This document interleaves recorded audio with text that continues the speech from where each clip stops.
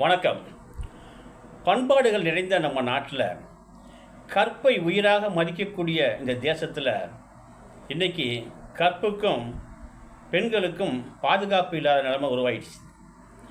எங்கே பார்த்தாலும் பாலியல் குற்றங்கள், காம கொடூரங்கள் பெருகி கொண்டு வருகிறார்கள்.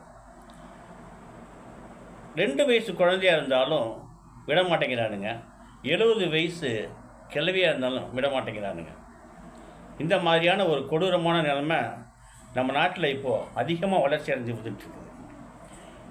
பெண்கள் மட்டும் குறையா, சில பெண்களும் இந்த மாதிரி அநாகரிகமான செயல்களில் காமத்துக்கு அடிபட்டு உடலுறவுக்கு ஆசைப்பட்டு பல பயங்கரமான குற்றங்களையும் செய்ய ஆரம்பிச்சிட்டாங்க.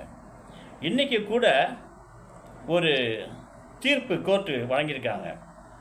கணவனுக்கு தெரியாமல் கள்ள உறவில் இருந்த ஒரு பெண் குழந்தைகள் தனக்கு தடையாக இருக்குங்கிறதுக்காக 2 குழந்தைகளுக்கும் பாலில் விஷம் வைத்து கொண்டதற்காக ஆயுள் முழுக்க சிறை தண்டனை இன்னும் கோர்ட்டு இன்றைக்கி தீர்ப்பளிச்சிருக்காங்க.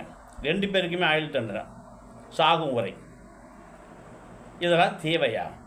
ஒரு குடும்பத்தின் நிலைமை, அந்த குழந்தைகளுடைய எதிர்காலம், அந்த குடும்பத்தினுடைய பெருமை, நீ பிறந்த இடத்தின் பெருமை சீரழிச்சிட்ட செத்தனாளிக்குள்ள இப்போ சாகிற வரைக்கும் ஜெயிலில் கிடந்து வாட போகிறேன். அதே மாதிரி அவனுக்கு பொன்னாட்டி பிள்ளைங்களாம் இருக்கும், குழந்தைங்களாம் இருக்கும். ஏன் இந்த இடைப்பட்ட நிலையில் ஒரு தவறான எண்ணங்கள் மக்கள் மத்தியில் அதிகமாக வளர்ந்துக்கிட்டு வருதுன்னு தெரியல. சினிமாவாலையா, இல்லை சோசியல் மீடியாவுடைய தவறுதலான வழிகாட்டுதலாலையா, இல்லை இது உண்ணுகின்ற உணவின் காரணத்தாலையா, சமுதாயத்தின் மாற்றத்தாலையா புரியலை. சமுதாயம் உயர வேண்டிய ஒழிய மாறக்கூடாது. உயர்வான நிலையில் மாற வேண்டிய ஒழிய கீழான நிலையில் நம்ம சமுதாயம் போய்கிட்டு இருக்கு. எத்தனை பேருக்கு தான் தண்டனை கொடுக்க முடியும் சொல்லுங்கள்?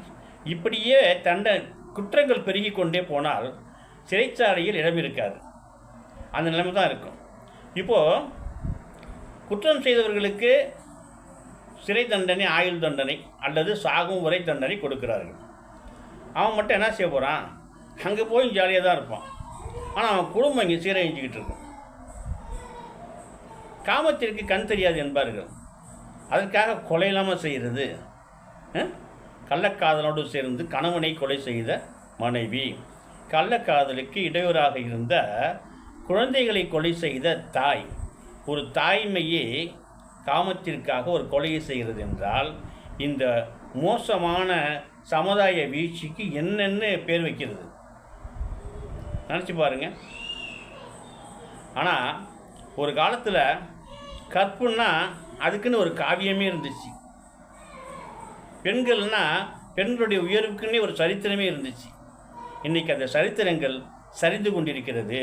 எது எப்படி இருந்தாலும் இப்பொழுது நீதிமன்றங்கள் அளிக்கின்ற தீர்ப்புகள் மிகவும் கடுமையானதாகவும் மகிழ்ச்சி தருவதாகவும் இருக்கிறது.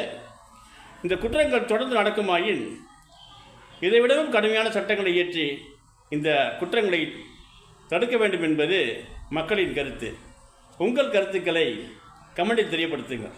நன்றி.